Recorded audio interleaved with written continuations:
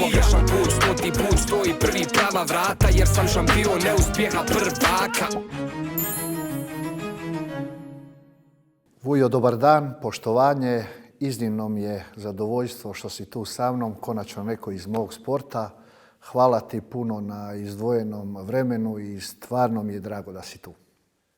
Ja bih mogao da ponovim to isto i da mi je neko prije nekoliko godina rekao da ću raditi intervju sa tobom, sigurno ne bih vjerovali. Gledao sam nekoliko emisije koje si radio i radiš to jako dobro i pokazuješ talenat ne samo rukometni nego i tako da izuzetno mi je čast i zadovoljstvo da mogu da budem tvoj gost. Hvala Vujo, ovo je stvarno lijep uvod, hvala s tvoje strane. Idemo se vratiti na tvoje djetinjstvo, znači imao si jednu karijeru stvarno, pa možda i malena riječ, posebna, igračka, trenerska, ali ajmo se vratiti na početak. Rođen si 61. je li tako, na Cetinju? 1. januaru, kako je hladno bilo, ne mogu da... Cetinj je jedan specifičan grad, pa kako je bilo to odrastanje, najranije djetinjstvo, čega se sjećaš, kakvi su tad bili uvjeti života, nevezano za rukomet? Prvo, drugo vrijeme je bilo i to ne moram da ponavljam, pretpostavljam da i ostali sagovornici su to rekli. Nije bilo interneta, mobilnih telefona, svega onoga što danas koliko pomaže, toliko i odmaže omladini. I recimo gotovo sva djeca u Cetinju su se bavila nekim sportom. Ja sam, prvi moj sport je bio karate. I karate je dobar dopunski sport za sve ostale sportove. Razvija ličnost, disciplinu, neki karakter, da kažem, ajde tako, koordinaciju u svakom slučaju. I ja sam u karateu došao bio do nekog plavog pojasa, polagao sam kod braće Jorga, to su bili čuveni karatisti i osvajači medalja. Ilija i zaboravio sam ovom kako se zove ovaj drugi. I to je bio jedan sjajan dopunski sport, ali uvijek mi je bio bliži kolektivni sport. I moj brat stariji, koji je jednog dana košarkaški klub Lovćen pravi upis novih članova. To ti se po svim školama stavi upis novih članova Lovćen, tad i tad. I ti dođeš tamo, odem sa bratom i tamo ti je 50 djece. I daju ti loptu, niko nikom tamo ne dodaje, šutiraju, mlate. Kad se to završilo, brat kaže da dođe u ponedjeljak na trening, a mene doviđenja. Kako sam ja bio razočaran. Pa to ja ti ne mogu objasniti. Prvo što ne mogu se baviti košarkom koju volim, a drugo što je brat od tom trenutku bio znači bolji od mene, što ja nikad ne bi priznao. I onda šta da radim? Nastaviš da se baviš ovim karateom i to je neki u onom starom sistemu školovanja 7. i 8. razred. Mene drugari iz kluba mole da dođem da igram, jer je školsko prvenstvo u rukometu. Ja kažem, kakav bre rukomet, niti znam da igram, niti kakav je to sport, mislim, šta je to? Pa ajde, molim te, ma kakvi, ne pada mi na pamet. Ali iz nekog razloga ja tog dana nisam imao nikakvog pametnija posla na biciklu, s kojeg se nisam skidao cijelo djetinjstvo. I kako sam bio prerastao ove traperice koje su mi kupili, onda ti mama odseče makazama i onda dobiješ onako šorc. I patike su tu i ja odem. I stvarno njima fali jedan igrač. Ja parkiram Mercedesa, preskočim ogradu i mi tog dana pobjedimo. A meni je pobjeda sve. Znači, i dan danas, kad igram sa prijateljima, bilo šta, sa suprugom, karte, meni je uopšte ne interes da se ja ukrao džokera ili proverne, ja samo da dobijem. Kako, to ćemo vidjeti. Znači najbitnije učestvovati kod tebe ne postoji. Ne postoji. Kako Kuberteno, ne. Kako pobjediti? Sa mnom ne ide. I dobijemo tu utakmicu, dobijemo i sljedeću i ajde, taj turnir se završava i Miško Popović, najbolji trener u istoriji crnogorskog sporta, dolazi sa puno autoriteta, ne pita on mene da li ja hoću ili neću. On meni kaže samo, mali, u ponedjeljak u 6. Ja šokiran. Prvo ne mogu reći ne. To ne opcija. Opcija ne postoji. Ali rukometaši su bili ponos grada. Oni su igrali su tu drugu saveznu ligu, igrali su i onaj kup Jugoslavije, pa su dolaze velike ekipe i svi su teško prolazili tamo. To ti je bilo, ne znam, Lovćen, pa onda recimo ti su bile Goražde, pa je recimo bio Bitolj, to su sve bili drugoligaši, ali ko njih izvuče znači da je završio priču. I ja krenem da treniram rukomet, sve onako regularno, ali u tih, ajde kažem, godinu i pol dana prilično izraste. To je onaj period kad naša djeca rastu i čak budem viši od brata. Jedan dan brat meni dolazi i kaže, rekli su ti ovi iz košarke da dođeš na trening. Stara boljka se vratila. Nikako ja da uskladim karate, košarku i rukomet. Pazi, šta je to? I onda ja, prvo sam na trening rukometa, pa trening košarke. I to tako ide. I oni mene registruju. I jedan i drugi klub za prvi tim. Za prve timove. Kako sa treninzima, kako se to pošto je u Cetinju bila jedna mala dvorana, onda su u različitom periodu trenirali, jer tako, ili su ovi rukometaši trenirali na poligonu, a to je dok je još dan, a onda bi košarkaši u toj maloj dvoranici, ali onda je već mrak. I onda sam ja tu se švercovao. Dugo nisu znali ni jedni drugi da ja sam na oba dva sporta. Ali onda počinju problemi. Recimo, rukometaši igraju u Bitolju, a košarkaši igraju, ne znam, u Bilom Polju. Gdje ćeš da ideš? Onda trener između sebe, ostavi ga, molim te, treba mi, imamo važnu utakmicu, nemoj, molim te, nama je ova važnija.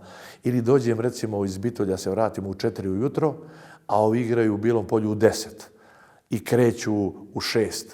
I onda dođe kompletan autobus svih igrača i brat me budi. Ja veoma često nisam znao ni gdje igramo, jer bi cijel put do mjesta gdje je utakmica ja spavao. I onda izađe. Tako da sam igrao više godina i košarku i rukomet. A kad je to, koje su to godine bile? To je pa da sam imao recimo 16-17 godina. Pa to je već ozbiljno. 16-17 godina. Nije samo problem u tome, nego recimo što je bilo još sportista u to vrijeme, recimo iz Ulcinja, iz Podgorice, iz Tivta, koji su isto igrali tako košarku i rukomet. I recimo u subotom se susretnemo na košarkaškoj utakmici, da ljudi igramo rukomet. Ja sjećam se iz Tivta, neki Boško i Čečur, bili fantastični i košarkaši i rukometaši. I naprosto tada je sport bio dostupan svima i nije bilo nekog interesa, niti novca, niti se tu razmišljao o nekim velikim karijerama. A uvijek si trpio kritike roditelja jer ti kupe tenisice, kupe ti patike, a pošto si na poligonu, onaj asfalt ti to odere tako brzo, razumiješ me. Onda ti ne smiješ da tražiš nove, pa onda režeš onaj kalup od kartona, znaš, pa ga staviš dolje, ali on ti i to izreže i ostane ti rupa na čarapi. I onda majka kaže, dokle ćeš više, ostavi to, jesi ti normalan. Tako da smo vodili borbu o tome da li ostati ili odustati u sportu, a evo na sreću ostao sam. Ja. Da li misliš da ti je, objasnio si malo za karate, ali da li misliš da ti je košarka i treniranje isto pomoglo da dođeš do tih visina u rukometu što si postigao i šta misliš, znam da je hipotetski pitanje, šta bi bilo kad bi bilo da je košarka umjesto rukometa? Da li bi možda došao do tih visina? Ja nikad nisam imao problem dvokorak i trokorak. Recimo u košarci nikad ne bih napravio grešku da mi se sviraju koraci jer u rukometu imam pravo trokorak. I jako sam brzo i dobro definirao tu neku razliku. Košarka je donela jednu finoću, kombinatoriku u manjem prostoru, u kretanju, koja mi je isto tako u rukometu pomagala kasnije, taj jedan fin osjećaj. Ja sam dobio poziv od Sarajevske Bosne, prvaka Evrope, da pređem u njihove redove. jer bio je jedan trener košarkaški koji je bio na pozajmici od strane Bosne u Mornar i Bara, pa je on gledao tu našu ligu i gledao me kao košarkaša, je tako? I u isto vrijeme sam dobio poziv za juniorsku reprezentaciju Jugoslavije, rukometnu. Ja kažem, šta ću, gdje ću? Razmišljam i ja kažem, idem ja da vidim tog Jurinu, Rađenovića, Krivokapića, 100 ljudi od krvi i od mesa. Znaš, da ja njih dodirnem, to su idoli bili koje ja sam sanjao o njima. Zamisli, o tim ljudima sam sanjao, poslije sam s njima igrao i osvajao medalje. Znači, to je presudilo u korist rukometa. Sad, kad sam se ja pojavio u Puli, mene su jurili svi klubovi iz prve Jugoslovenske lige na tom okupljanju. I pojavi se Goran Nerić, koji je bio juniorski reprezentativac Jugoslavije iz Ženčara iz Sarajeva. I obavi razgovor sa mnom da bi bilo dobro da dođem u Želju, da je to veliki klub, Sarajevo odličan grad. I ja pomislim, slušaj bre, idem ja tamo. Ako ne uspijem ja u rukometu, Bosna me svakako zvala, ja ću probati u košarku. Ako ni to ne budem, vratit ću se i obod, radit ću mašine, one veš mašine i hladnjake radila, tada je bila velika fabrika tih uređaja domaće proizvodnje su bile vrhunski. Ali ima jedna stvar koju sam ja jako zaboravio i nisam bio svjestan da sam izrekao, a to je da je Veselin Vuković, isto tako Crnogorac, otac mu je vojno lice i družili smo se na tom okupljanju, mene ubjeđivo dođem u Šabac. Ja kažem, bre, kakav Šabac, bre, tamo, šta je to, vašar, nema veze sa životom. Kaže, aj molim te mi obećaj da ćeš doći u Šabac. Ja kažem, pusti me bre. Sad to je bila neka noć, malo raspoloženje, svega. I ja kažem, doći ću. Nemoj ti mene to tako, doći ću. Kaže, daj ti meni riječ tvoju crnogorsku da ćeš doći. I ja kažem njemu, evo dajem ti riječ. I ja kako sam to rekao Neriću, ja se u pola noći sjetim da sam ja Vukoviću dao riječ. Šta ću sad? I ja ujutro na doručku kažem Neriću, slušaj, neću doći u Sarajevo, molim te, izvini se ljudima. Pa zašto? Rekao, ne mogu da ti objašnjavam, ali stvarno neću da dođem. I to se tako završi, odemo mi svako doma, ali koliko smo mi bili naivni djeca, ne izmijenjamo telefone. I šta radi Vuković? Vuković uzme telefonski imenik Cetinja i traži Vujovića. A Vujović ima tamo kao Kineza, razumiješ? I onda okrene broj, kaže dobar dan, zovem iz Šapca, da li se neko u vašoj porodici bavi sportom? Kaže ne, Bogu mi. A znate li da neko od vaših rođaka? Ne znam. 1., 3., 5. Na kraju kaže, ja mislim da onaj mali Krstov igra nešto i oba dvojica, veli, braće su. A znate li broj? Evo vam broj. I zvoni telefon, oni fiksni naravno telefoni. Ja se javljam, Vujo. Ja kažem, molim, gde si bre? Ko je bre? Ma Vuk. Tražim te godinama. Jesi ti normalan bre? Pa kažem, slušaj me, kaže, jer ostaje ono da, ja kažem, joj Vuče, pa ne znam, pa ja sam tu, imam klub i ko zna šta će biti. Kaže, doći će naš predsjednik Aca Trifunović, koji je Don Vito Corleone, smo ga mi zvali, znači to je čovjek koji je bio ispred svog vremena, koji je napravio takvu generaciju. Znači, to je alfa i omega on metaloplastik. je, majstore, neko koga nije upoznao, izgubio puno životu. To je čudovište. Ali, naravno, uprava i ljudi iz Lovćina su nabrijani, dolaze ođen, uzimaju na djecu, bre, vidjet će kad ga dočekamo, sram ga bilo, mi u tebe ulagali ovo. Rekao, vidi ovo što će se sad desiti, bit će frke. On dolazi, Don Vito Corleone, prebacio je kaput, ne da ga obuko, nego ga je prebacio preko ramena, doletio avionom, čeka ga vozilo, dolazi kući, mami 100 maraka, sestri 100 maraka, tati flašu viskija, a plata bila 200 maraka, razumiješ me. Ovi otkinuti. Kažu, ja sam, kaže, došao zbog ovog vašeg sina. Kaže, tata, zbog koga, bre? Pa kaže, zbog Veselina. odakle ste došli? Pa kaže, iz Šapca. Čekaj, čovječe, vi ste iz Šapca došli zbog mog sina u Cetinje. Kaže, da. Toliki put ste prevali zbog njega. Pa kaže, da. Pa je on tako dobar? Pa kaže, ovaj najbolji. Ko bre najbolji? Pa kaže, tvoj sin. Dođe vamo, kaže o meni, ja dođem. To je najveći izliv ljubavi koju nama pokazuje. On mene provuče ruku za kosu i povuče me. Je li me mali, a ja ne znam ništa o tome. Sad ja ćutim, jel? Dobro, taj prvi dio je uspješno završen, a sad se ide se na razgovor sa upravom Lovćena. I tu ti je svi živi. Znaš kako ono bio predsjednik komiteta, ovaj, onaj, svi su se tu nešto namjestili i svi su namrgođeni. Ovaj dođe, pozdravi se, sve fino. Prije nego što oni uopšte kažu išta, on njima kaže, slušajte, ja znam koliko kvalitetno radite i kako radite sa ovom djecom i svaka vam čast, vi ste fenomeni. Ja ću vama dati 5 miliona dinara obeštećenja i daću vam 5 miliona za njega u opremi. O, svaka ti čast, tako se priča. To je pravi. Završena priča. Tako da sam ja prvi igrač u istoriji za kojeg je plaćeno obeštećenje. Za oštetu.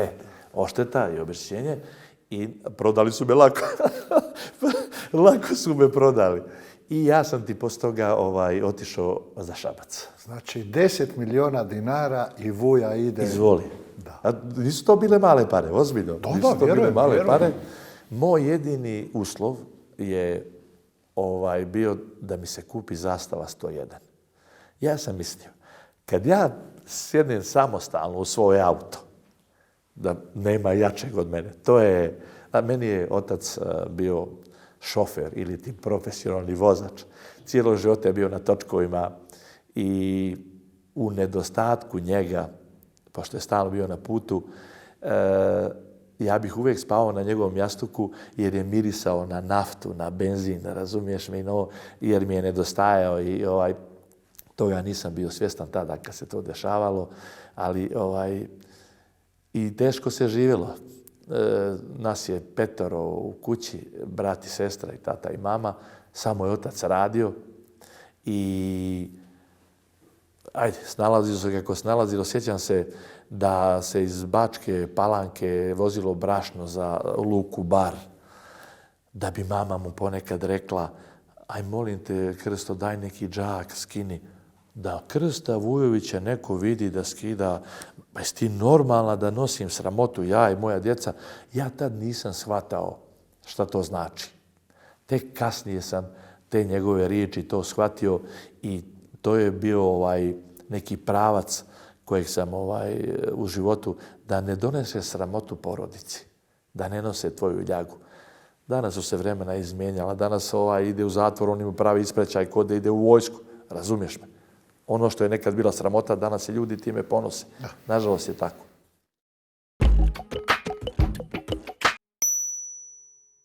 Da li misliš da ti taj cetinski mentalitet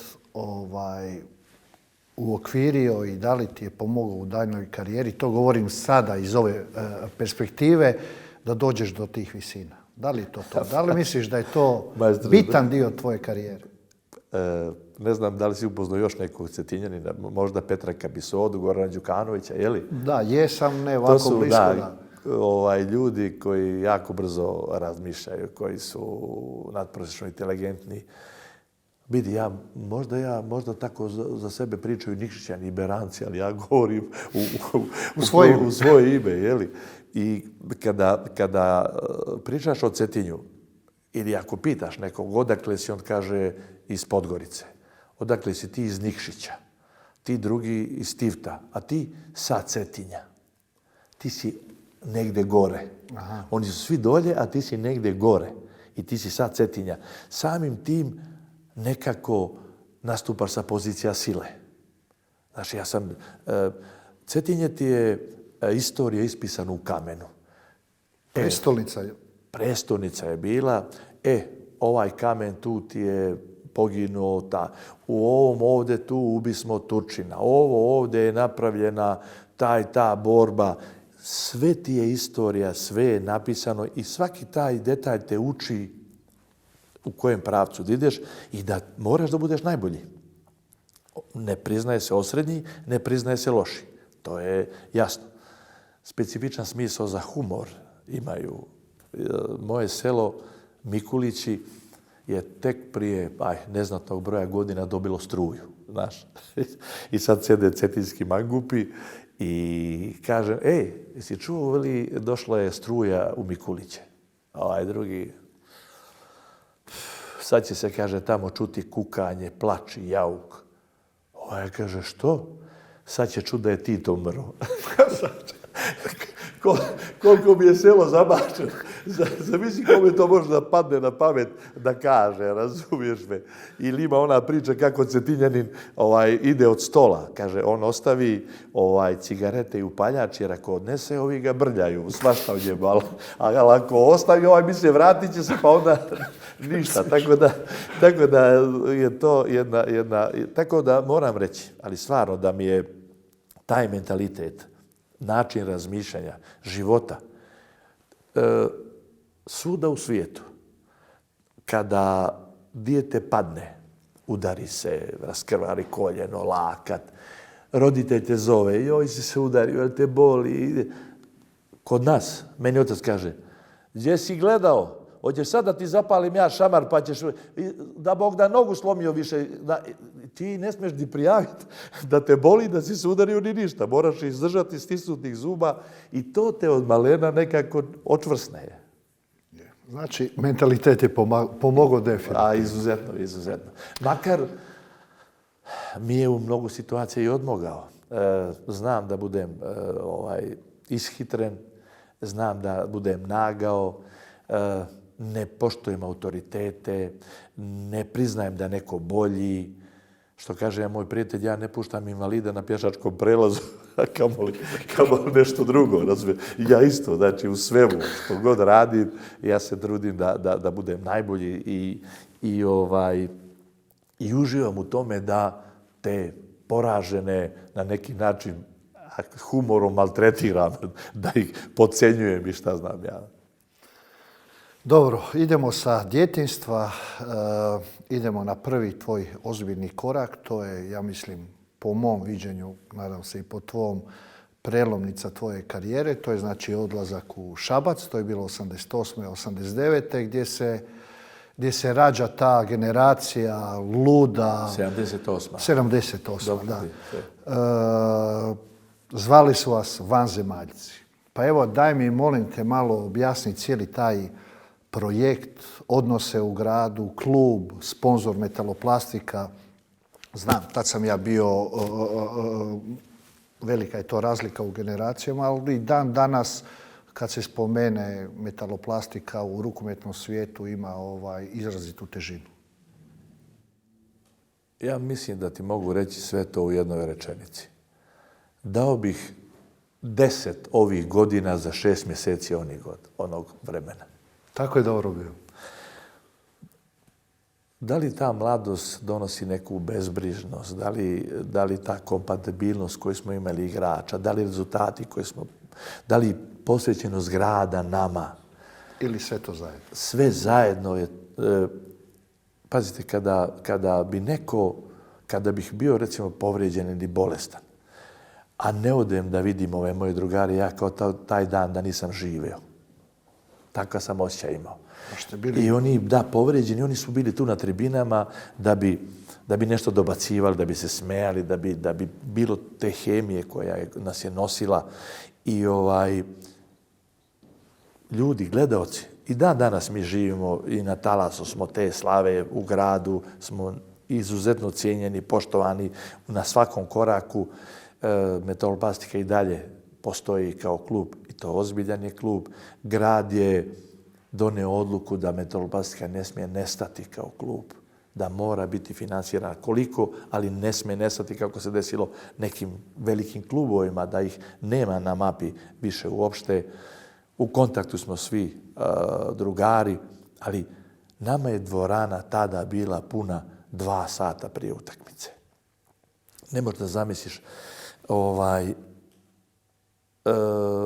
biti u timu sa Isakovićem, Vukovićem, Bašićem, Portnerom, Kuzmanovskim,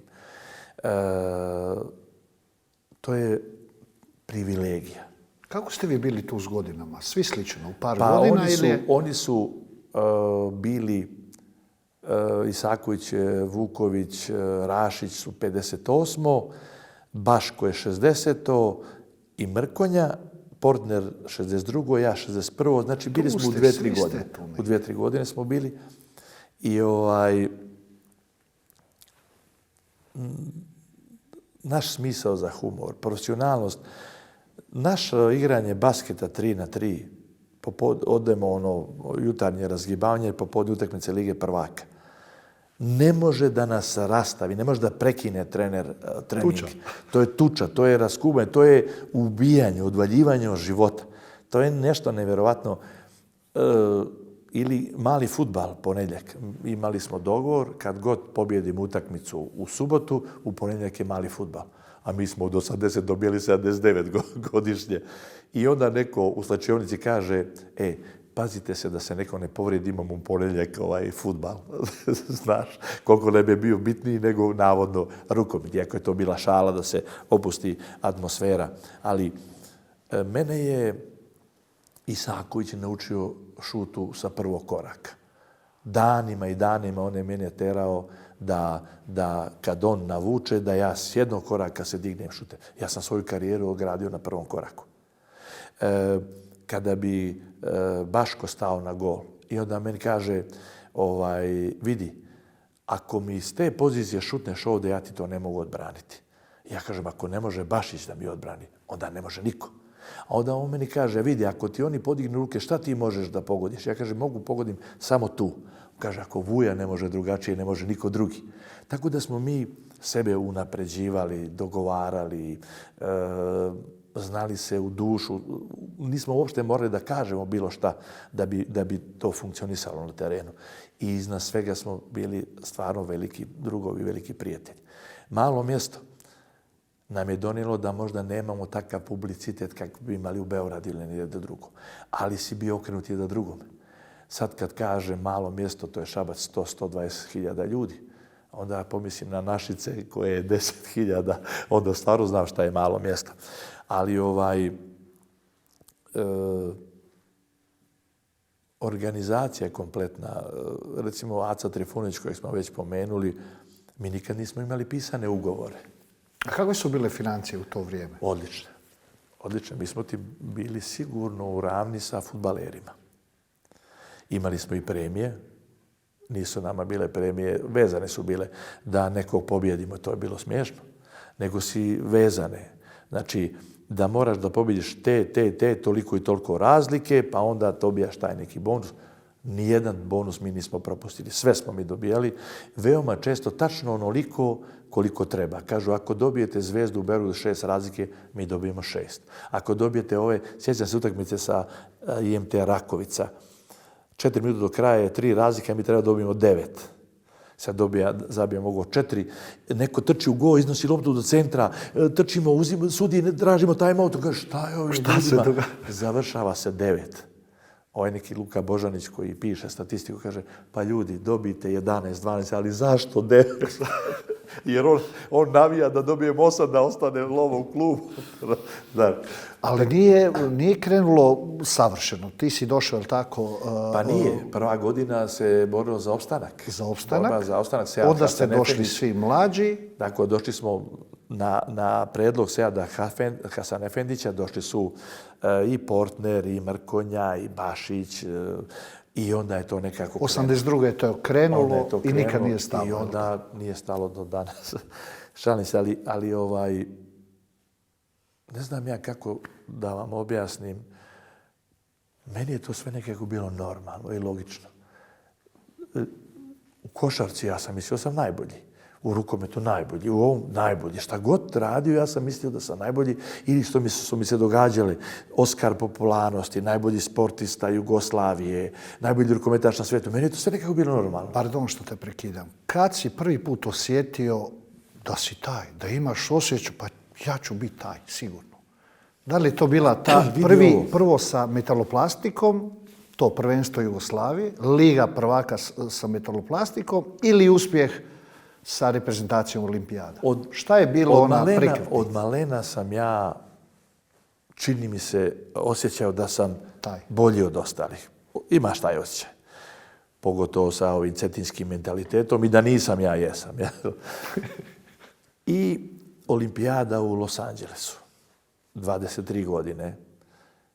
A tu ima starih igrača puno. Ja sam čak najmlađi.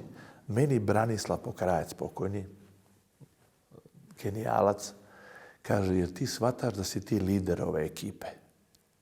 Ja kažem, 23. Kako misliš ti da sam lider? Ne razumijem. Lider si, ekipa te sluša, moraš da paziš kako se ponašaš, šta radiš, šta govoriš, kako se zalažeš, jer oni gledaju svi u tebe.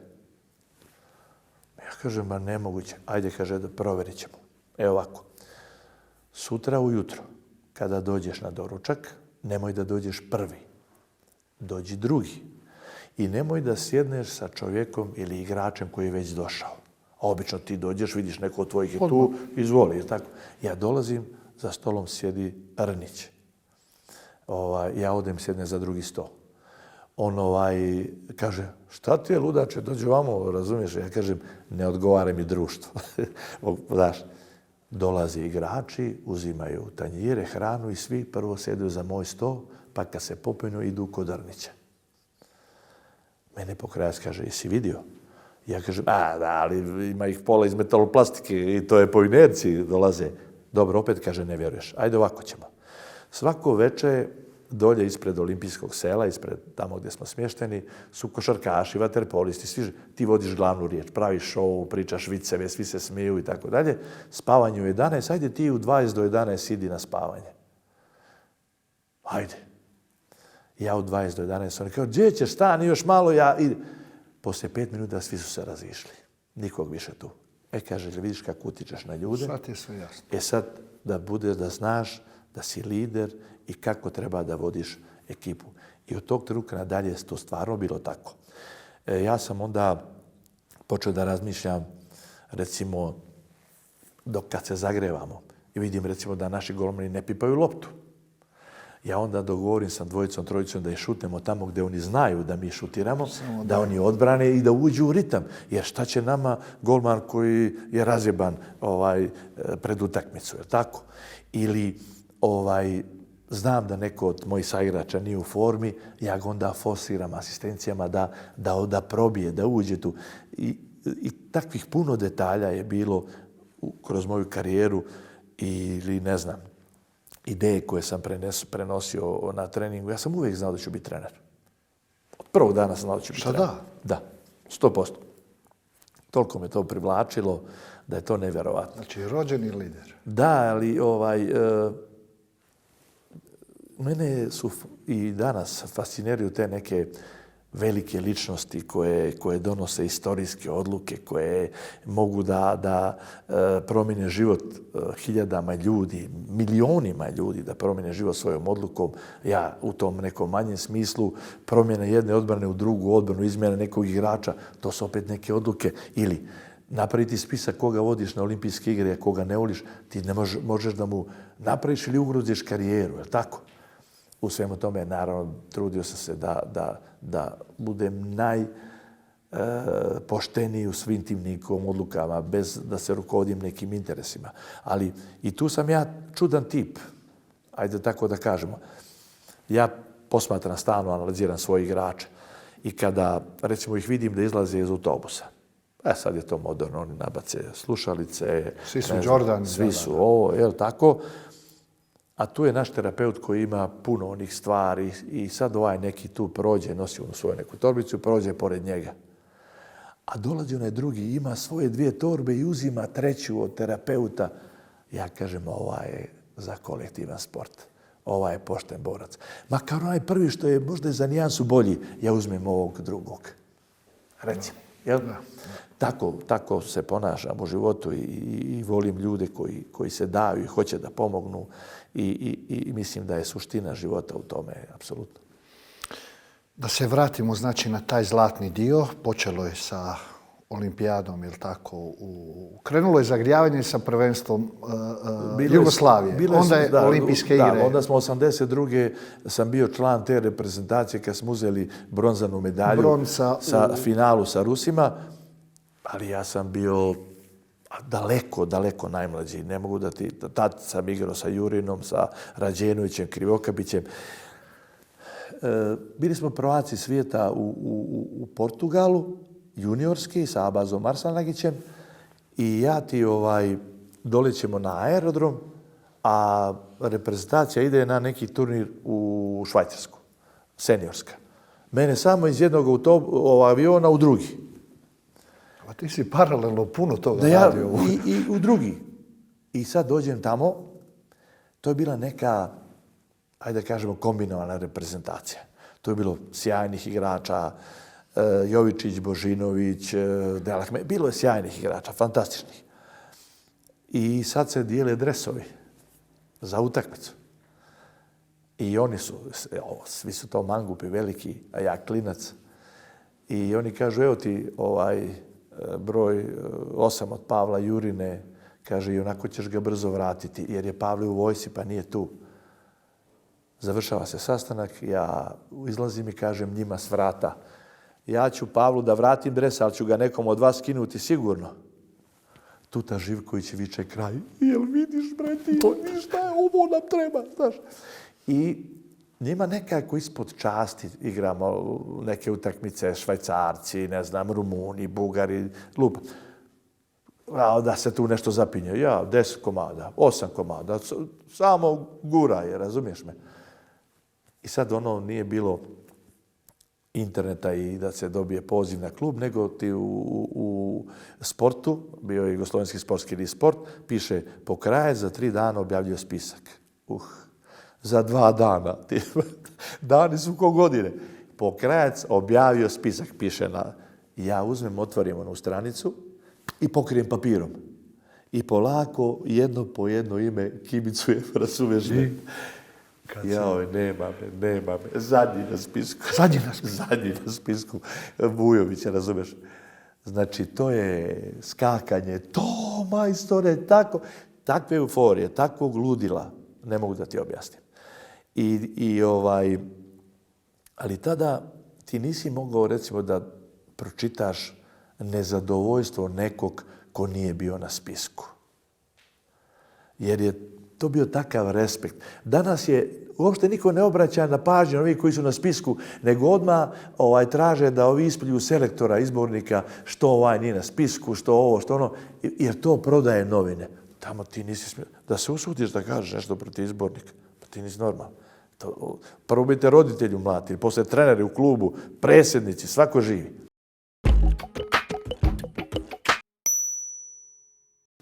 Evo, kad smo sad već se toga dohvatili, da mi malo sad usporedbu današnji odgoj sportaša i naš, ja se smatram isto to starom generacijom, kako vidiš, maknimo ove tehnološke napretke, mobitele i to, kako vidiš čistu glavu, kako se danas mlađi i treneri i djeca ponašaju nego prije?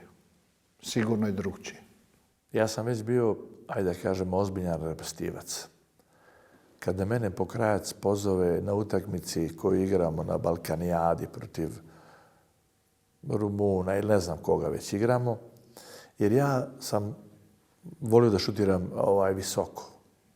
To danas isto gledam kod ovih mojih igrača. I ja pokušavam da im ispravim to. Kada slušajte, koliko ste šuteva na gol vidjeli preko gola? Kaže, mnogo. A ispod gola nijedan. Znači, dolje je gol i kad nije dobar šut, ona će da uđe, razumiješ me? I mene Pokrajac kaže, alo, šutiraj dolje. Ja gore. Gol vam je odbrani. Šutni dolje, rekao sam ti. Ja gore, odbrani. Kaže, dođi ovamo. 20 sklekova da napraviš ovdje ako ćeš opet da igraš. Ja sedem na kraj klupe, neće on mene Cetinjanina da ja radim sklekove, bre, znaš. Isaković bači, lezi bre, budalo, jedne si normalan tu radi. Pa kao, ne, razmislim ja, dobro, ja legnem, 8000 ljudi mi broje 1, 2, 3, na rumunsko mi broje sklekove. I on od mene vrati. ali sljedeći šut je došao. Sljedeći šut. Znaš, dobro, jedan od detalja, jel? Ali Da li je danas to moguće?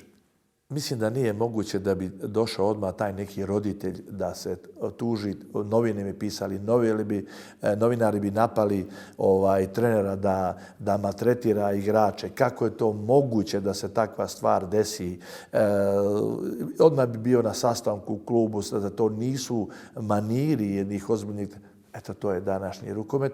Vidi, neko si u tome snalazi, sigurno. I možda sam ja malo u tome retro, ali ja putujemo jednom za Minsk sa rukometašima Zagreba i kad tamo sletimo, naravno nisu u roamingu, jer to je Bjelorusija. I sad do Meškova moramo ići autobusom, 400 km. 400 km oni igraju pantomime, asocijacije, pjevaju, milina ih je čuti. I onda dođeš u hotel i uvatiš Wi-Fi i završi se i drugarstvo i priča i sve živo.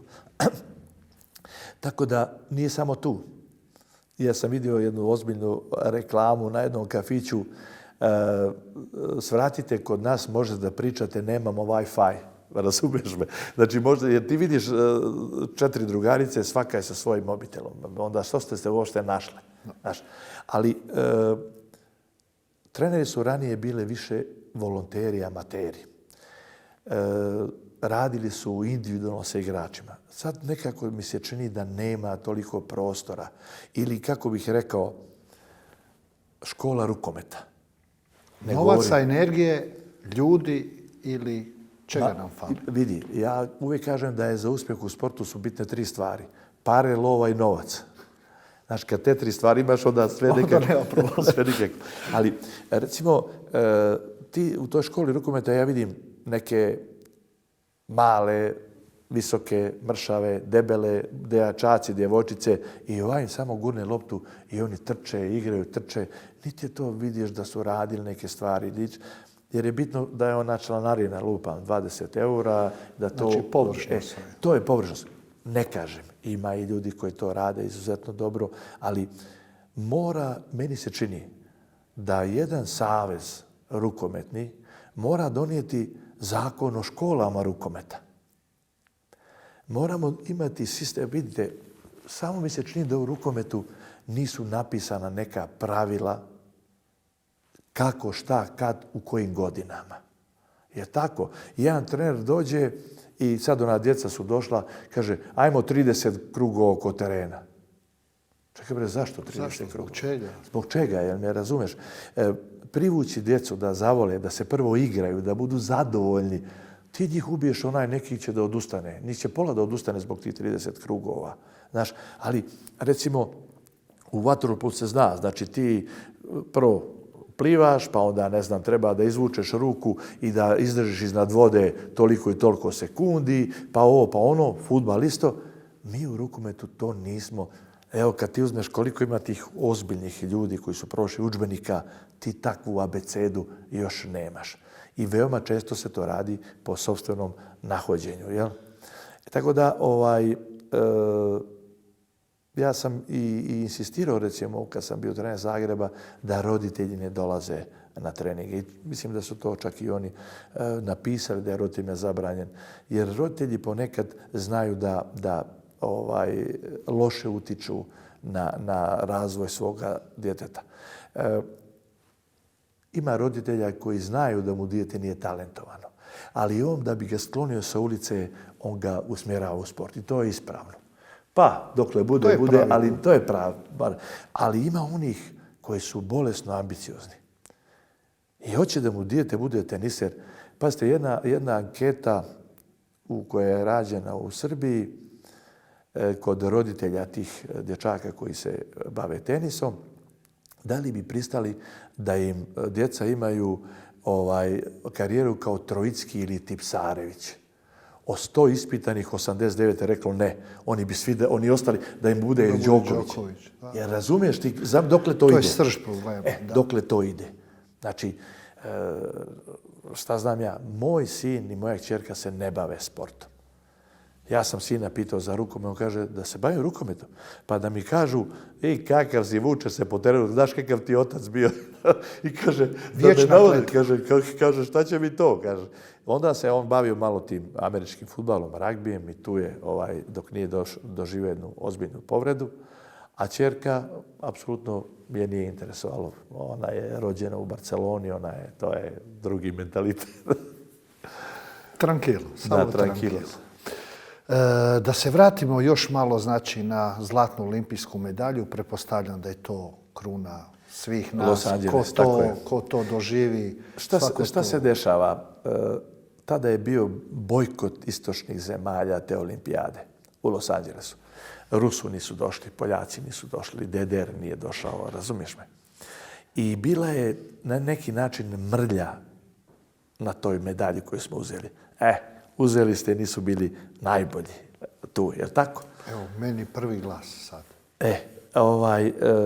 Ali otići na olimpijadu, pazi, svjetsko prvenstvo ili evropsko prvenstvo u bilo kom sportu je samo u tom sportu. A na olimpijadi su svi sportisti u svim sportovima. To je jedan nevjerovatan doživljaj. Ja znam da sam proveo nekoliko sati pored Michael Jordana čekajući da izlazimo na svečani otvaranje. Pa onda Jugoslavija je pisana sa Jugoslavija, a USA je bio predzadnji, oni zadnji. Je li tako? I sad je, tu je bilo i fotografisanja i svega, mislim. I ti sad, kasnije se takvih detalja sjećaš ili tu su Kićanović, Slavnić. Oni su legende. Doživljavaš to da jede pored tebe Teofilo Stevenson, možda najbolji kubanski bokser svih vremena. On tu pored tebe jede, možeš da popričaš sa njim. I kad ti osvojiš olimpijske igre. Ja, recimo, kad sam osvojio olimpijske igre, osjetio sam jednu nevjerojatnu prazninu. Jer sam pomislio, čekaj, i šta ja više mogu da osvojim? Jel me razumiješ? Tebi je to bio postrek, jel tek poslije je došlo one 2-3 godine gdje se skupili sve. Sad ja kažem, čekaj, ovo je vrh. Meni je mama rekla, da Bog da, sine, ti cijelog života išao uz brdo, nikad da ne dođeš na vrh brda. Ja kažem, zašto, mama, bre? Sine, sa vrh brda samo možeš da se spuštaš dolje. Znaš, ja kažem, je li to sad period kad ću ja idem na dolje? Ali odjednom si ti sad svima motiv. Olimpijski prvak. Ti se moraš tako ponašati, tako se zalagati, jer svi hoće da te pobjede. Svi hoće da budu bolji od tebe i onda proradi onaj inat. Neće. I onda kreće ta serija tih rezultata. Serija koja je kulminacija došla 86. Tako, 7 godina si prvak za redom. 7 godina sam prvak za redom bio Jugoslavije, 5 puta Španije. 12 godina za redom nisam bio drugi. Prvak svijeta. Da, olimpijski prvak. To je bilo koje godine? Za ovo svaka čast. Thank you. U kratkom vremenskom roku. Tako, bio sam proglašen jedini do sada rukometaš sportistom godine. To je posle 86. To ima težinu. To ima, a vidi, znaš zašto ima težinu? Zato što su u žiriju oni koji su prije tebe bili sportisti. Nisu to novinari, nije to niko. Oni koji su ranije osvojili tu titulu sportiste, oni glasaju. Još posebno naš sport, nismo ni nogomet, ni košarka. Sada posle te 86. kad smo bili svetski prvaci, ja sam stvarno odigrao dobro to svetsko prvenstvo, sportista godine. Sportiste godine u konkurenciji najviše su Dražen Petrović i Veselin Vujović. Dražen Petrović, znate šta je to? Ikona, jel? I oni mene pozivaju tamo i ja prepostavljam, ako sam već pozvan, da sam to ja, jel? Ali ima jedan moment, kada sam učio školu u Podgorici, Miodrag Perunović, crnogorski bokser koji je bio sportista godine prije mene, je boksao na jedan neverovatan način. sa toliko srca, sa toliko želje, sa toliko borbenošći, da sam ja nekako htio da uđem u televizor. Ja sam 9 minuta, koliko je trajao borba, plakao. Da mogu da mu dam svoju snagu, srce, samo da on izdrži taj meč. I došli smo na glasanje i sad se čitaju glasovi žirija. Ja pomislim u sebe, ako on nije glasao za mene, ja neću uzeti ovu nagradu. Jer naprosto on je dužan da glasa za mene, razumiješ? On mi duguje to. I onda kaže, ne znam, Franjo Mihalić za Dražena Petrovića, Dražen Dalipagić za Veselina Vujovića, Miroslav Cerar Petrović, Vera Nikolić, Veselin Vujović. Miodrag Perunović, ja uvotim vazduh, kaže, za Veselina Vujovića. Gotovo, to je. I jako sam emotivno to doživio. Kasnije sam naravno i ja bio u tom žiriju i glasao za. I to je, žao mi je što je to iz nekog razloga nestalo, ali je nekako država se svela na jedan manji oblik. Ta Jugoslavija nekad je bila rasadnih sportista. Možete li zamisliti reprezentaciju u rukometu sa prostora bivše Juge? Meni su nekoliko puta postavljali pitanje, ajde napravite idealnu sedmorku od svih ovih, jel tako, da sad ja kažem, a su to Škrbić, Perundžić, Džombe, Metličić, Balić i Lazarovi. Ja kažem, ljudi, ne mogu. 7? Nema šanse. Kako misliš da ja sad tu 7, razumiješ, postavim, jel? Da. I tako u svim ostalim sportovima. I ja lično mislim da je ta zemlja ostala zajedno da bi Evropa aplicirala da igra naše lige. Razumiješ me da ovo što sad radimo. Ali u svim sportovima. Da, u svim sportovima. Tako da ta olimpijada, vidi, od nagrade koju sam dobio za olimpijske igre, kupio sam televizor u boji. To je bila ta nagrada. Mislim da sam čak nešto još morao da dodam. Televizor u boji, tad je to se pojavilo, to je bilo... Ja vjerujem da li sad nije, i sad je slično što se to tiče. Ovih državnih nagrada na razini toga je slično. U Srbiji je to drugačije. Malo bolje. Ne malo, nego puno bolje. Ja mislim da u individualnom sportu je recimo 30.000 eura, možda i više, ili je 50 u individualnom sportu, a u kolektivnom svako dobija po 30. Recimo, to su ozbiljne. I imamo nacionalno priznanje. To smo i mi, da, to je u Hrvatskoj. Koje su 3 prosječna lična dohotka i koje to izuzetno ozbiljno i revnosno plaća država Srbija. To je jedna jako velika stvar. Možda ne znam većinu tih ljudi koji su ostvarili se, imaju poslove i to, ali ima nekih ljudi koji su imali problema i taj im novac jako puno znači. I tad sam, kažem, kupio televizor u boji i onda smo krenuli, znači, na 82. 84. 86. 88. i to smo sve mjeli. Evropske titule sa klubom, svjetska prvenstva, Oskar popularnosti, pa dobio sam Oskar popularnosti. Imam i danas, to je TV revija, Miroslav Ilić, Neda Ukraden, ne znam, i ja kao estrada. Ali gosti na koncertu Isakovića, gosti na koncertu Đoke Balaševića. Znaš šta je to? To je nevjerovatan osjećaj.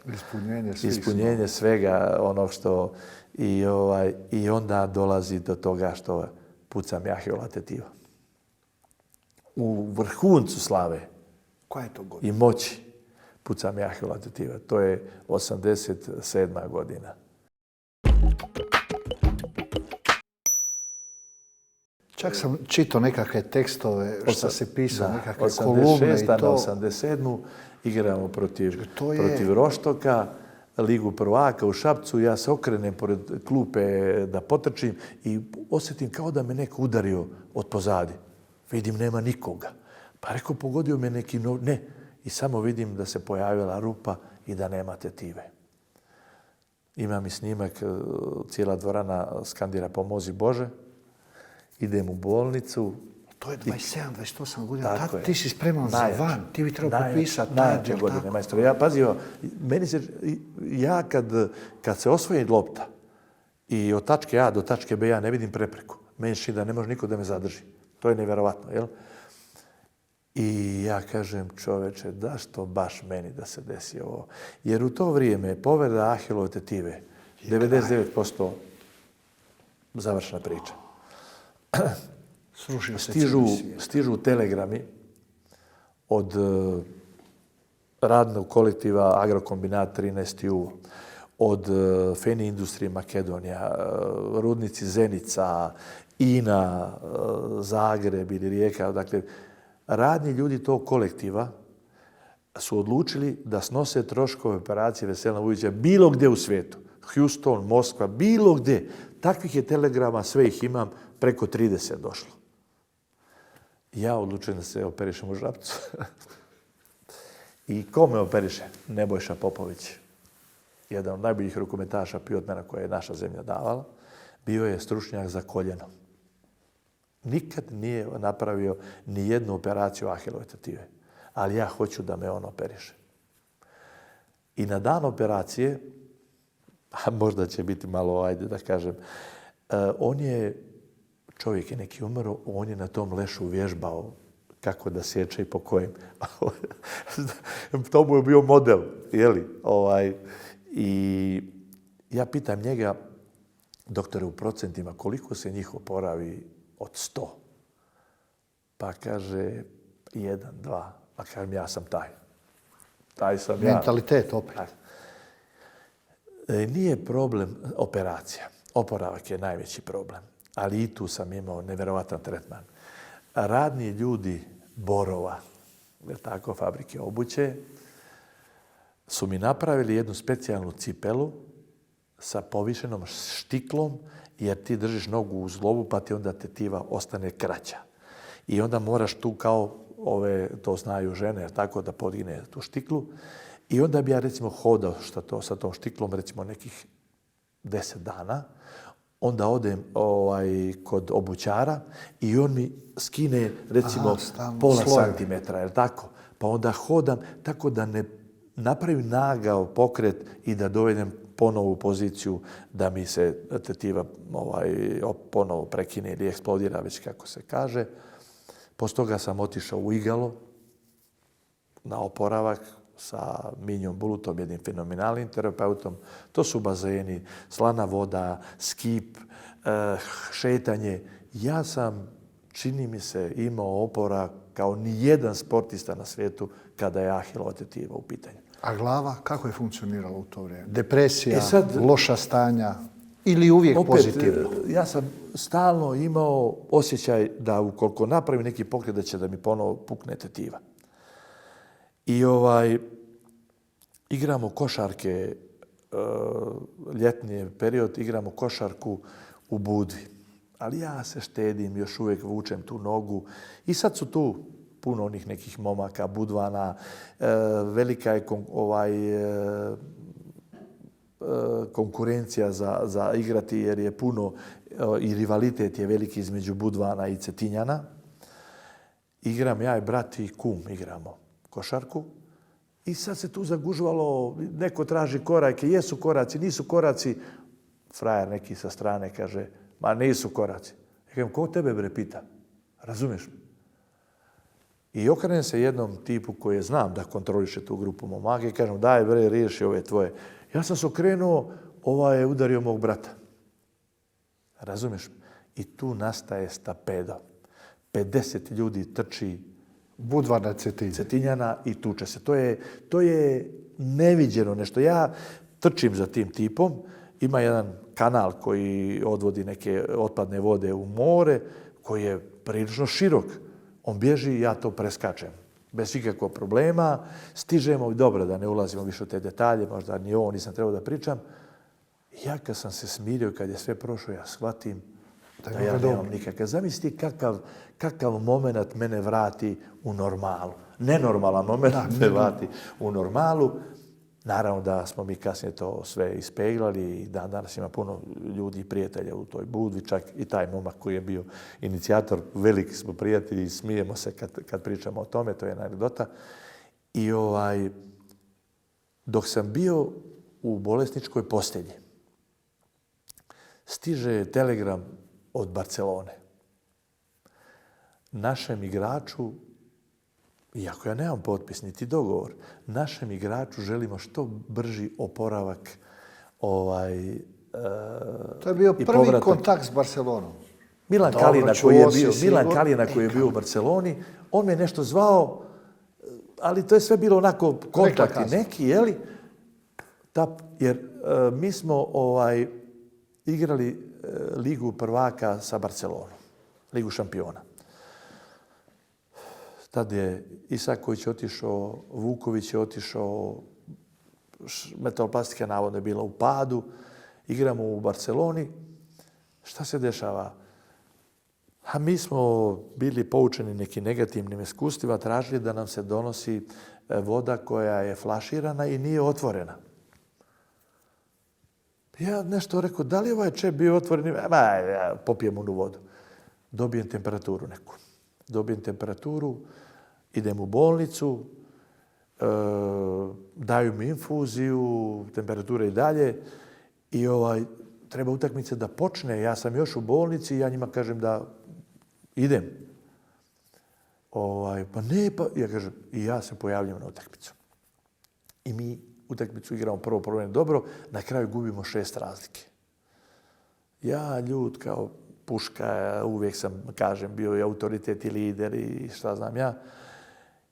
I ja mojim saigračima tog trenutka kažem, slušajte me, nemoj slučajno da je neko dao izjavu za novine, bilo kome, bilo kad, 7 dana nemate pravo izlaska iz kuće. Pa kaže, ali tu nam je, moram dijete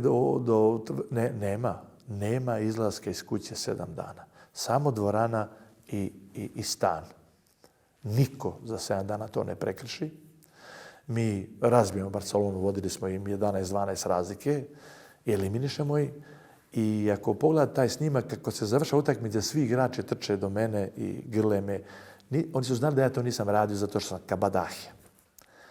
Nego ja nisam izlazio tih 7 dana nigde. Znao sam da treba fokusiran i posle utakmice da sam ja Barcelonu uništio, tad je bio taj neki prvi kontakt, pa pucanje tetive i ja mislim, opraštam sam ja od svega toga, jel? I oni opet zovu. Oni zovu, šalju telegram i dolazi poziv za vojsku. Ja mogu da se oslobodim vojske.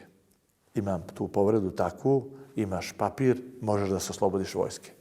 Ali Krsto Vujović, moj otac, kaže, sine, niko se nije oslobodio vojske u kući Vujovića, pa nećeš ni ti.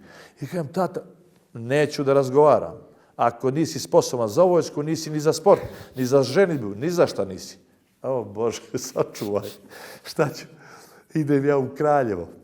U Kraljevo tamo je zastavnik neki moj Patarić kojeg iz Podgorice znam još kao trenera i za vrijeme moje vojske meni pukovnik Boteri dozvoljava da vojnim autom Pizgaru idem u ovu Matarušku banju na oporavak i dalje od tetive, jer tako? I vojska mi je i Narodna armija puno pomogla da se oporavim. I tada predstavnici Barcelone dolaze kod mene u garnizon. U vojsku? Tako. Dolazi predsjednik rukometne sekcije Francisco Ventura, dolazi Valero Rivera. Valero je već bio unutra. Da. I Milan Kalina kao prevodilac, je tako? I mi tu generalno dogovaramo da ćemo doći u Barcelonu. Nije bilo menadžera, ti direktno? Ne, direktno, jel? Da ćemo doći, da ću ići u Barcelonu, a to je više usmeno, ajde tako da kažem. To je bio transfer svih transfera, tako? Je, ali ne, tad je bilo recimo neki oko 70-80 tisuća dolara. Nije to bilo ništa specijalno. Ali, Veselin Vuković igra za Atletico Madrid. Zove me on. Kaže, kakva Barcelona, dođi ovamo kod mene, ideš u Madrid i to je to. Meni se vraća istorija. Zvao me Šabac, ista priča, on mi je sudbinu i odlučio. Ja kažem, idem ja u Madrid. Zove me Kalina, ja kažem, vidi, ja sam se dogovorio sa ovim iz Madrida. Pa kako, pa zašto? Pa je tako, je bio Kača iz Vini, dolazi iz Madrida, dolazi predsjednik, dolaze Vuković i ja potpisujem jedan predugovor, ne znam šta sam potpisao. Sad je to već 150.000. Razumeš? Zove me Kalina, kaže, jesi li potpisao ovu Fiću federativu? Kaže, to je pristupnica. Ja kažem, nisam. Sutra smo mi kod tebe, kaže. Nemojte, Kača, sutra smo mi kod tebe. Dolazi Valero, dolazi opet, sad je to već 250.000. Razumiješ me? Ne, malo za razmisli. Znaš, ja kažem, čovječe, kaže Vuković, slušaj me, molim te, zovemo te telefonom, na drugoj liniji će biti Jesus Hill, koji je bio genijalac, predsjednik Atletico Madrida, i on će da razgovara s tobom. I sad on priča španjolski, ja nemam pojma šta on priča. Vuković mi kaže, mi tebe hoćemo, želimo te ovdje. Koliko god ti da Barcelona, mi ti dajemo više. O Bože me, sačuvaj. Završio mi taj razgovor, javlja se Kalina. Molim te, si slobodan u 5 popodne, hoće Jose Luis Núñez, predsjednik Barcelone, da razgovara s tobom. Ja ovako, on kaže, vidi, koliko god ti da Atletico Madrid, mi ti dajemo više. A čekaj, ali pazi, već tu počuje malo da te bude sramota, ne možeš da ciganišeš, da licitiraš ovamo, negdje moraš da staneš, jel? Ja zovem iz kasarne moju suprugu i ja kažem, molim te, pomozi mi, ja ne mogu da donesem odluku, kaži mi. Kaže, vidi Vujo, Barcelona se tebi javila u bolnici kad niko nije znao da li će se oporaviti. I oni su vjerovali da hoćeš. I tacu, mislim da je to ipak bolja odluka. I to je prosudio. Dolazi Valero ponovo, dolazi Kalina i ja kažem, toliko i toliko para, to oblasti 150.000 obeštećenja, koliko godina sam u klubu, moraju plaćati pripreme, to je milionski transfer. Valero kaže, i predsjednik, mi ovo ne možemo da odlučimo, mi moramo ići kod predsjednika koji je na odmoru na Palma de Majorci i da vidimo što će da kažu. I sad Valero meni to kasnije prepričava, dolazi, kaže, Núñez sakačio neku onu keceljicu, nešto oko, Valero ti je sav po PS-u, znaš kako da se nekom ne zamjeri to. I on njemu kaže da je taj transfer skoro treba da izađe 1 milion. I kaže, ne možemo da ga uzmemo, imamo mnogo fudbalera koji manje naplaćuju, stvarno, Valero, vaš. A supruga od Núñeza je tu i sluša ceo razgovor. Jesus Hill je u tom trenutku kupio jednog malog konjića ponija i dao mu ime Jose Luis Núñez, razumiješ me, da bi ovog uvredio. I njoj je krivo što on vređa i što će mene odvesti u Madrid. I ona kaže, pita Valera, kakav je taj? Kaže on, najbolji. Jer vredi toliko, kaže Valero, vredi. Ja ću dati pare za njega. I ona je u stvari ta koja je dala pare za mene i koji kasnije kad bi išli na putovanje, nema ona pojma, neka tetkica nosi onako neku torbicu. Je li ovaj moj? Kaže, je li ovaj? Jeste, ja sam vaš. I onda ima još jedna gdeta, predsjednik me zvao Vuho. Vuho? Ja kažem, nije predsjedniče Vuho, nego Vujo.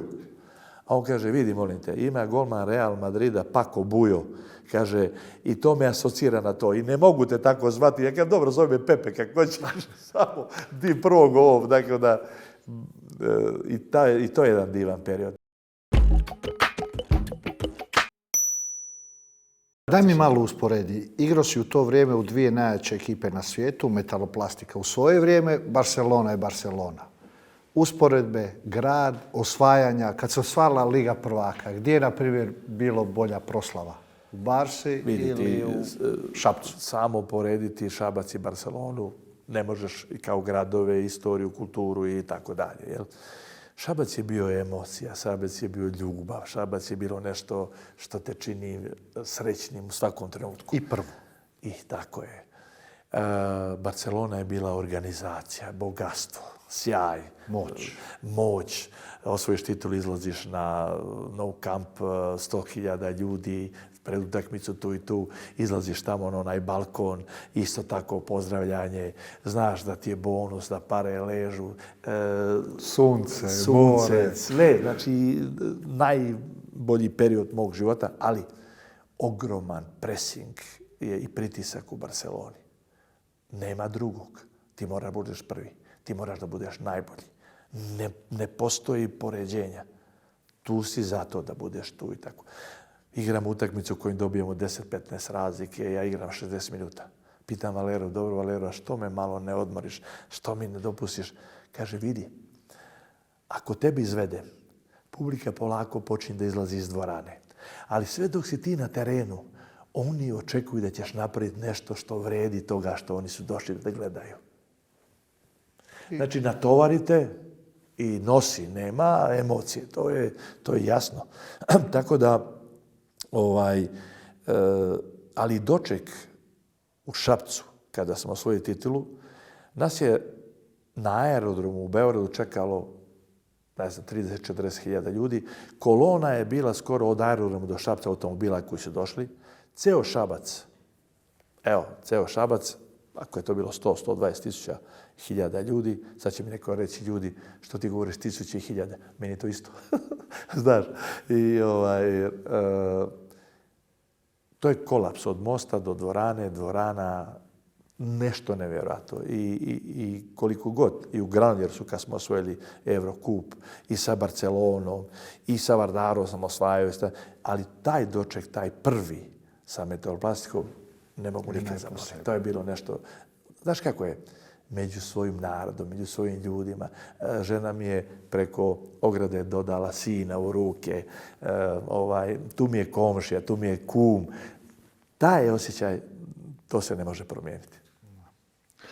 Da li u Barceloni kad si igrao bilo koje, znamo što je Barcelona, cijeli jedan kolektiv sa više sportova, ili bilo ljudi s našeg prostora, s kim si se družio, si imao nekog bliskog? U košarkaškom klubu su bili Boža Majković i Zoran Savić. Oni su bili tu. U rukometnom klubu su bili Portner i Vuković sa mnom. U ostalim sportovima Željko Obradović u Juventudu, Ljubko Petrović u Espanjolu, Igor Milanović, Andrić u vaterpolo klubovima. Bilo je ozbiljna kolonija Jugoslovena. Svi smo se družili i generalno je to bilo kod mene jer sam imao stvarno nevjerojatno velik stan i ogromnu veliku terasu. A jeste bili povezani nogomet sa ovim ostalim sportovima, košarka i nogomet i rukomet? U Castelldefelsu, to je jedan dio, jedno mjesto koje je obalsko, jedan član uprave je imao neki svoj klub.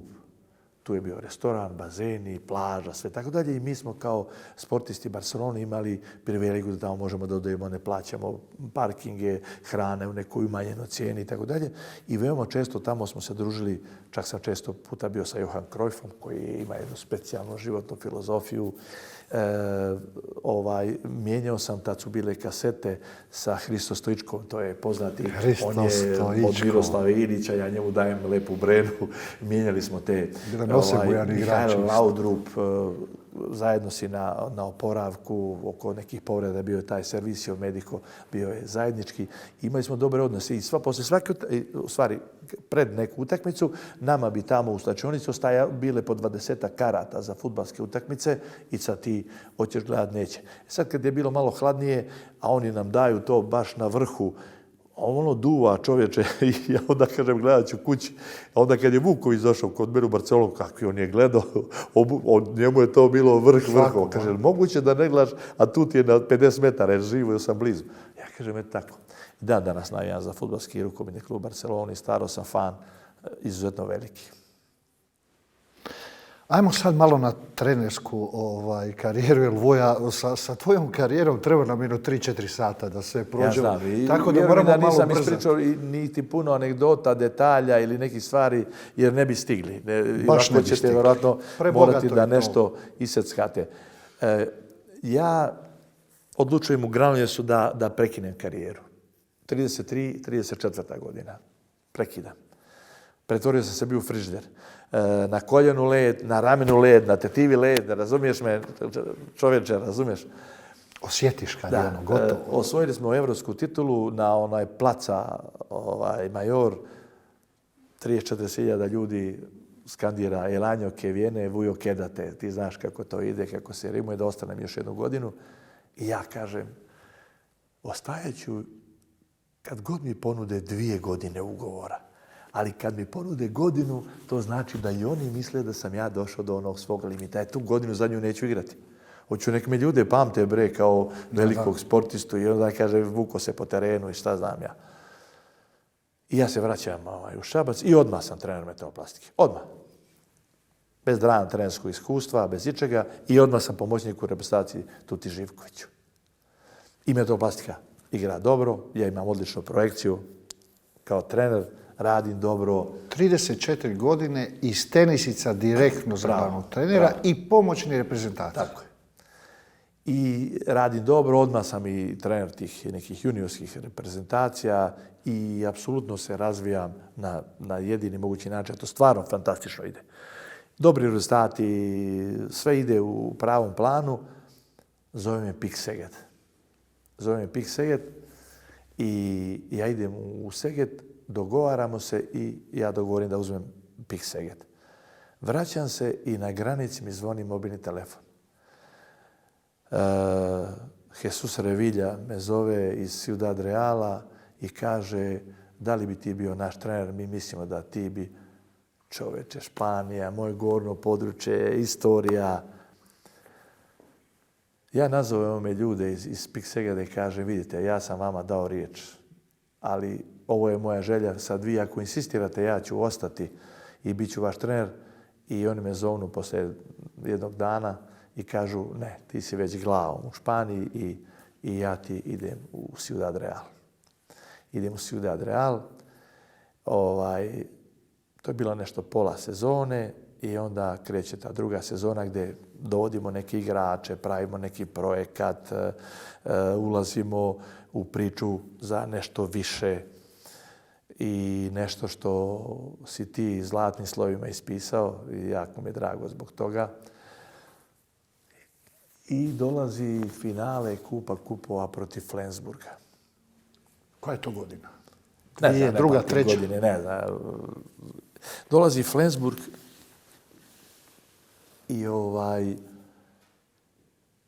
prije toga su igrali par godina u nekom challenge kupu ili tako, isto sa Flensburgom. Igrali su nerešeno u gostima i bili presrećni, došli revanš, ovih razbucali u revanšu, čak su bili jako neprijatni, provocirali ih na nekom prijemu tamo.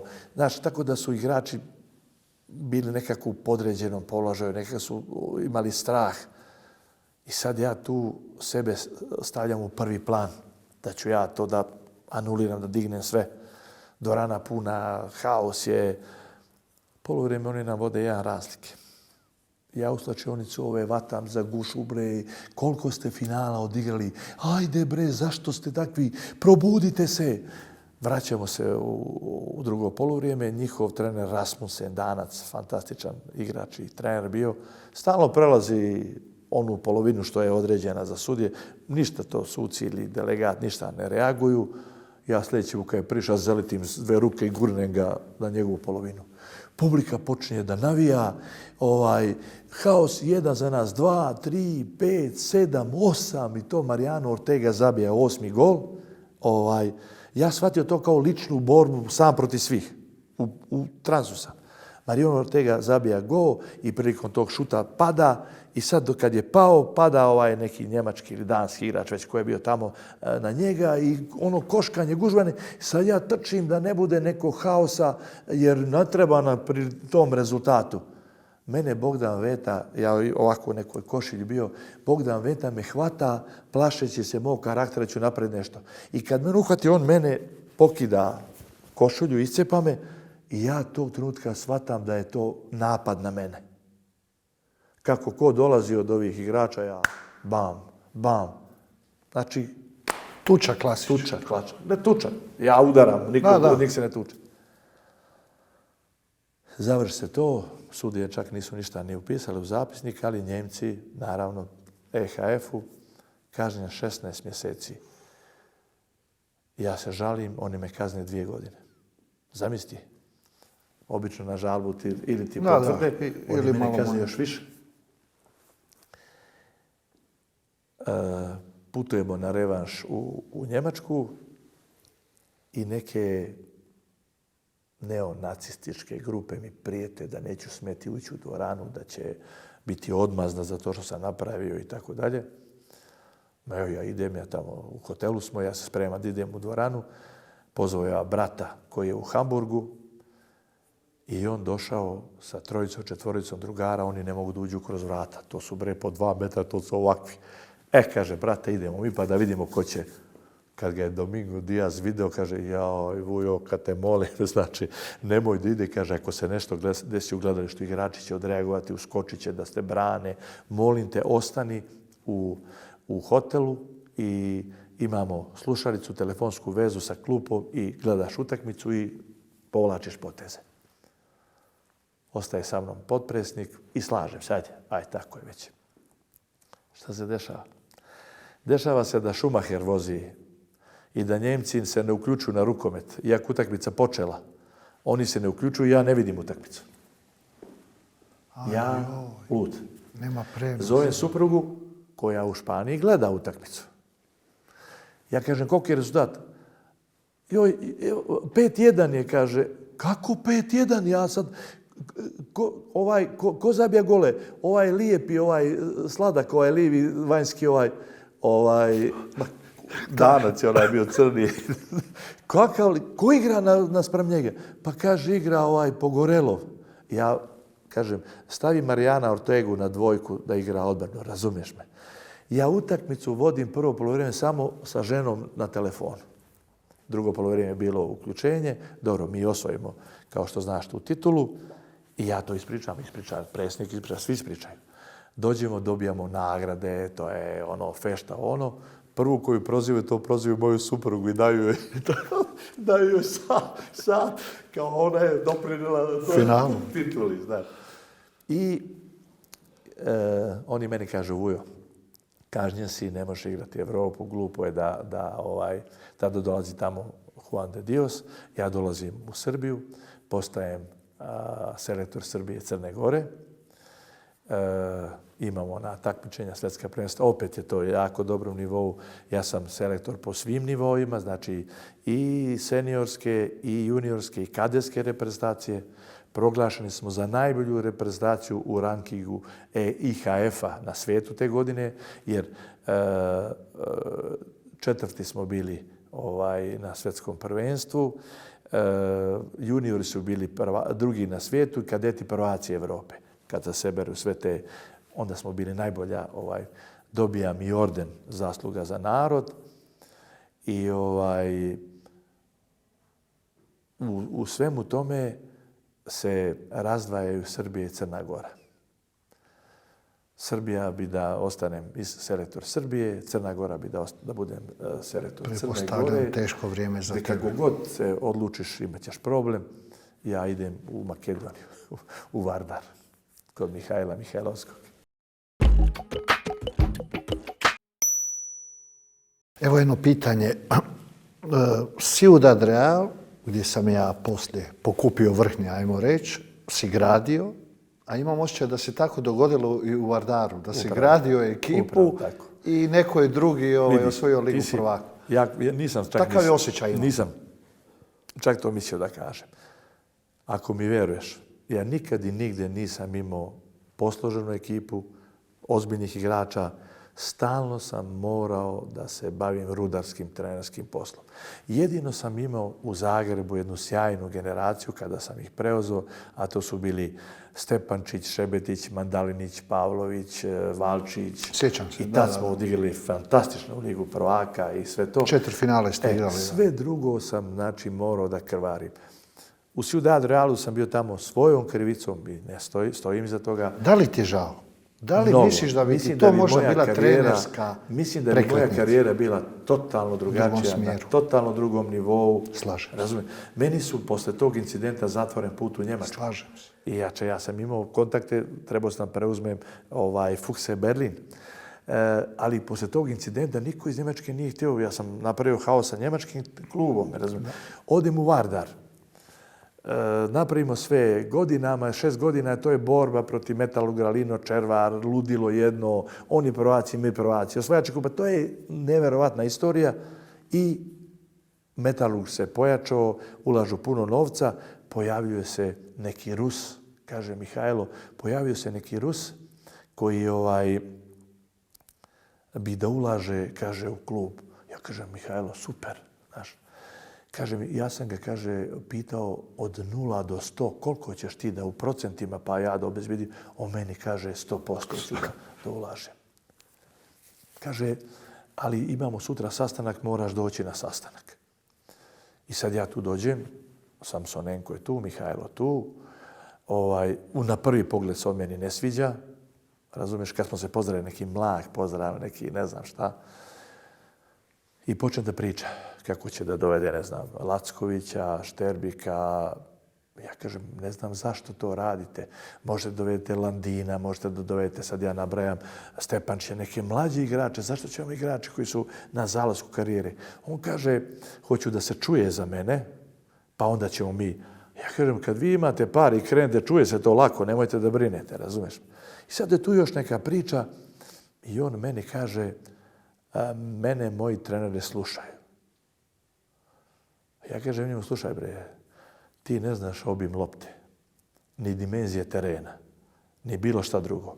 Ako sam ti ja trener, na poluzonu podvučemo crtu i kažeš Vujoviću, dobro si radio, dobri su rezultati, na kraju isto tako. Ali ti meni da kažeš ko će ti igra ili to ne dolazi u obzir. On ustade još nešto promrlja, pozdravi se s Mihajlom ode. Kaže meni, Mihajlo, teško će se ti s njim dogovoriti. Ja kažem, ali ja neću da se dogovorim sa njim, jer ovaj moj ispad je bio taj da svašta, razumiješ. Poslije su tu prolazi neki treneri koji je sramota da su bili uopšte, da im se on miješa u posao ili da sjedne na klubu. To je bilo baš smiješno. Ali onda došlo to zlatno vrijeme. Puno para, dobrih igrača, svega. I opet nešto slično si u Dad Realu, ja nisam bio tu. Tako da, eto, možda mi je takva sudbina, ali Vratilo se sa Slovenijom sve. A dobro, to je stvarno. Nenadano, ona utakmica isto specifična, evo, ja sam s druge strane Hrvatska, to sam pratio, to je strašno. Ako ti mene pitaš kako sam dobio, ne znam da ti objasnim, a siguran sam da ni Babić ne zna kako je izgubio. U nekoj analizi koja ne mora da bude tačna, prvo ja sam na sastanku rekao da prvo Hrvatska imala jedan šok zlaja, Horvat je promašio protiv Norveža, onaj sedmerac u zadnjoj sekundi, igrali ste poslije nas, umorni ste, mi ćemo da trčimo, da probamo da se izmorimo, pogotovo Slovencima nije problem da trče, jer tako, pa da vidimo koliko će to sve da izdrži.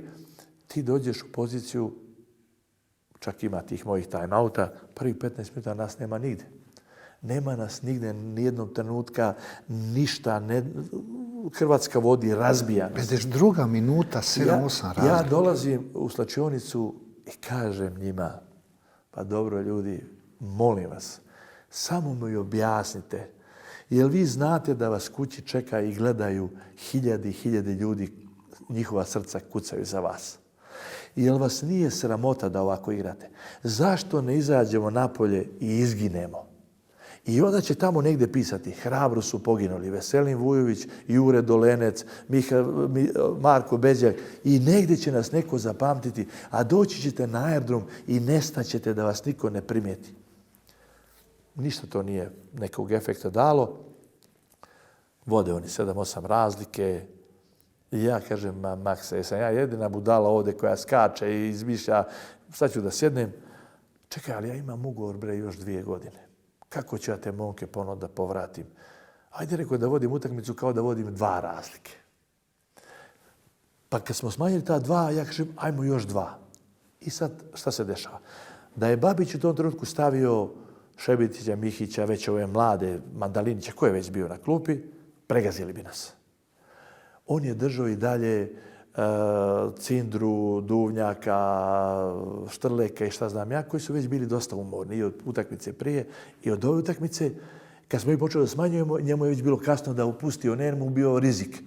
I onda smo mi počeli da trčimo, imamo kontrolu i na kraju se završi tako kako završi. To je stvarno, i to je, ajde ako mogu da kažem, jedan izuzetno emotivan moment kada je i taj narod i ta država u pitanju i taj doček je bio organizovan na najbolji mogući način. Kod nas su u to vrijeme padale glave, Vuja, da? To je baš bilo teško palo u Hrvatskoj. Žao mi i eto.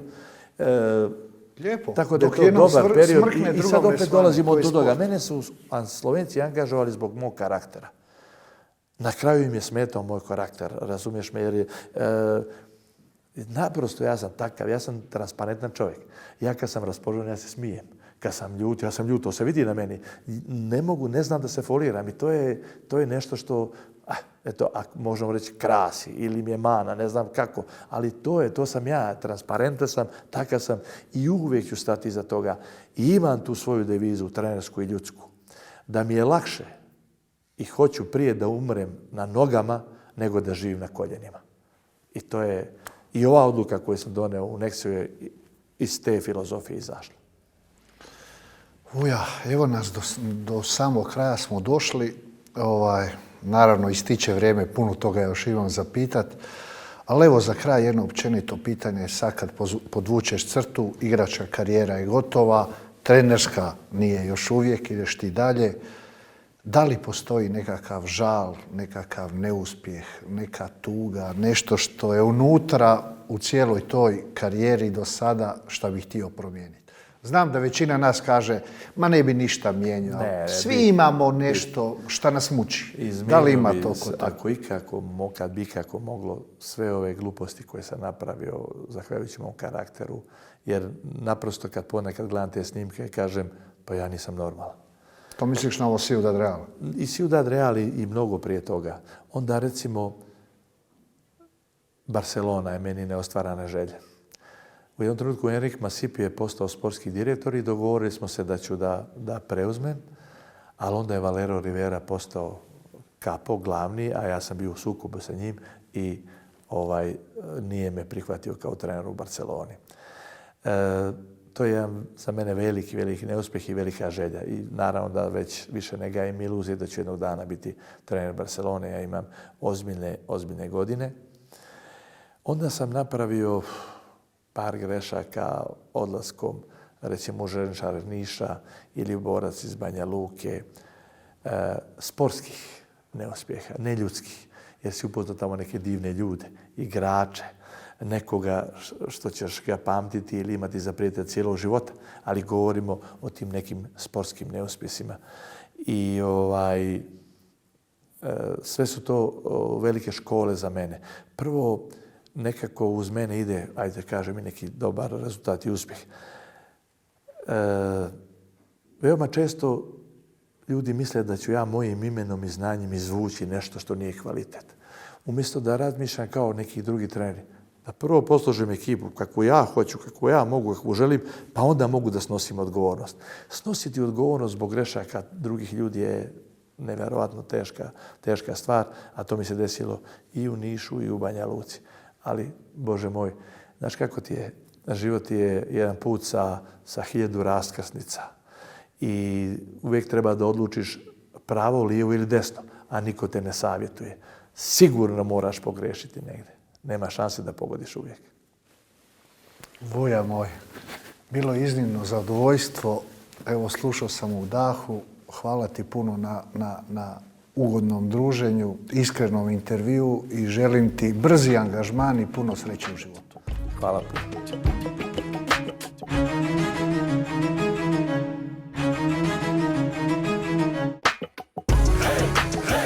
Nikad poraz, samo lekcije. Pogrešan put, 100. put stoji prvi prava vrata, jer sam šampion neuspjeha prvaka.